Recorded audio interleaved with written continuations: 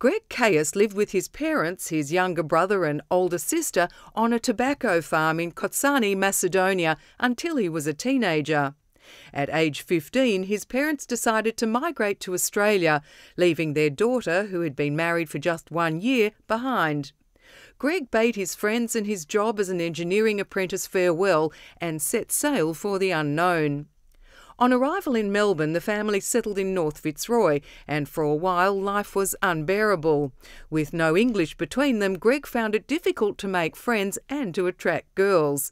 He learned what the term wog meant before he could speak a whole English sentence, and it wasn't long before he began to attend language classes at RMIT. Greg knew that if he was to stay in this country, he was going to have to make a success of himself. In an effort not only to make money for himself but to help his parents buy their first house, Greg began to work tirelessly, first at a job at Preston Engineering and then with a partner in his own business. He founded Preston General Engineering in 1971 in the Melbourne suburb of Preston. The company built a reputation for delivering quality products on time. It was in these early years that the company became a supplier to Kenworth and established itself as an integral part of Kenworth's success. Greg's sons, James and John, joined the business in the 80s, and working together, the company continues to grow. Today, Greg remains chairman of the parent company Abcor, which employs over 200 workers across 2 plants. Greg and his wife Frida have 4 children and 8 grandchildren, all of whom live in Melbourne.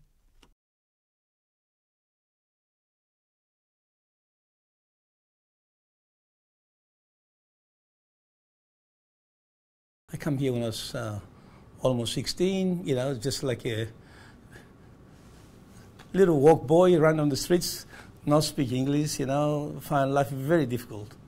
But I managed to survive like I had my uncle. He's lead me to the first job that I've got is selling newspapers in the town for 3 months. And then after I've got a job as a welding, which I've done a bit of welding in Greece, and that helped me along.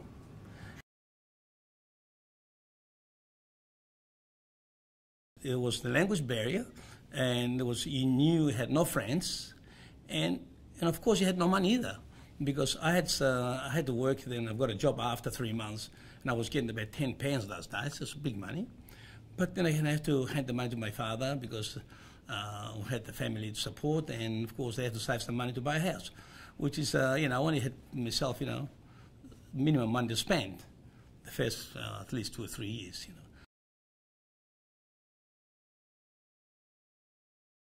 I got involved in one of the clubs in Carlton, which is I knew a lot of Greek people there, and then slowly as you get to know them, we get to know more and more people, and then we used to group together, go to the cinemas. We used to go to the to the clubs, to the discos and all that. It wasn't much many than those days, but it was very hard because back those days, you whatever you do, you walk.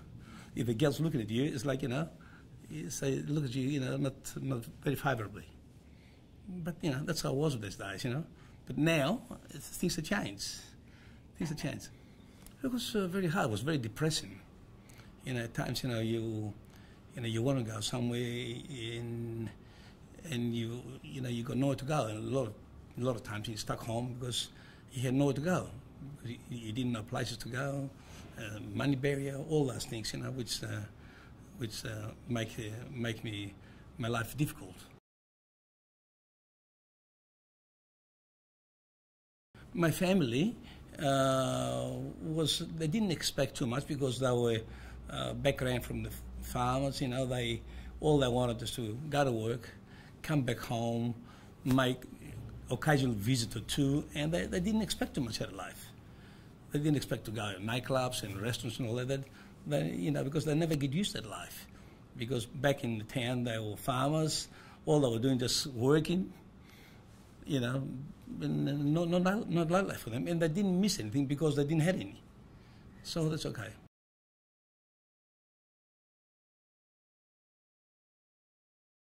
Oh well.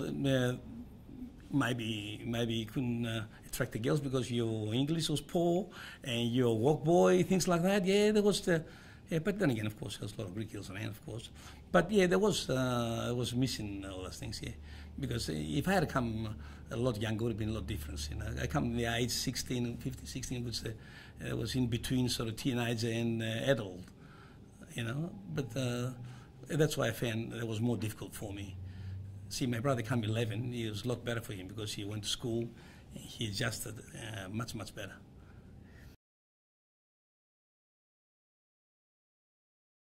Yeah, I do always get involved, you know.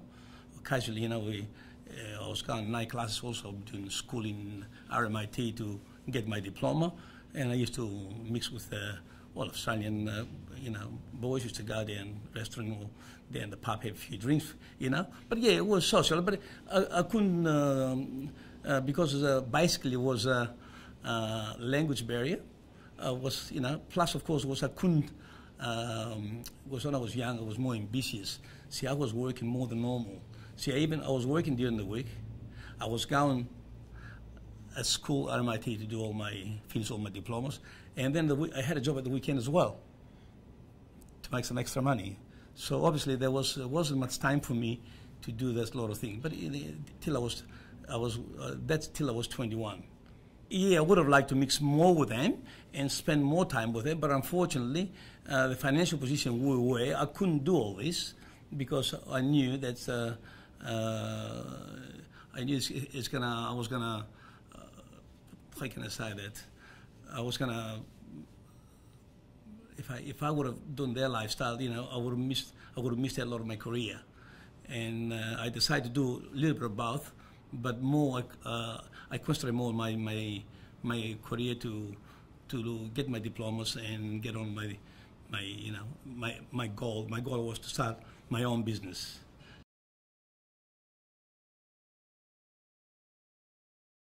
See, my father and mother, of course, what they grew, environment, of course, they knew nothing. They was in a small village, which they had a few farms, tobacco growing, all that.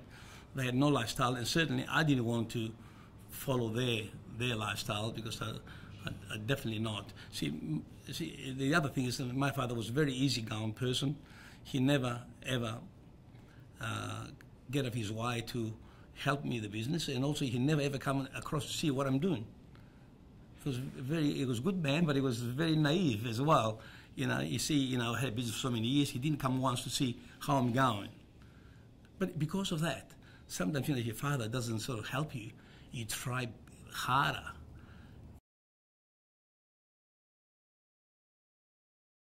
Greek culture is there. I mean, you never ever lose it, but of course, at the same time, of course, you become more to Australian culture naturally.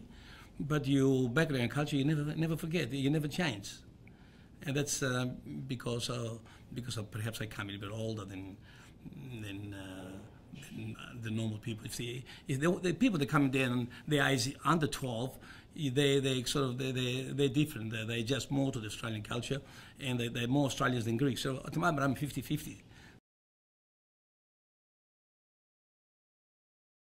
I'm very grateful to my parents because what they did for me, for my brother, you know, I don't think anybody else would have done it because they had my sister, she was married for a year, and they left her behind, and just for us, for the future, for me and my brother. It was the age 50, 51, and you know they've done. I don't think many people would have done that. Mother always here. You got that pain, you know, about the daughter because she left behind. It was very difficult, my mother. So she done a lot of things for us, for my brother.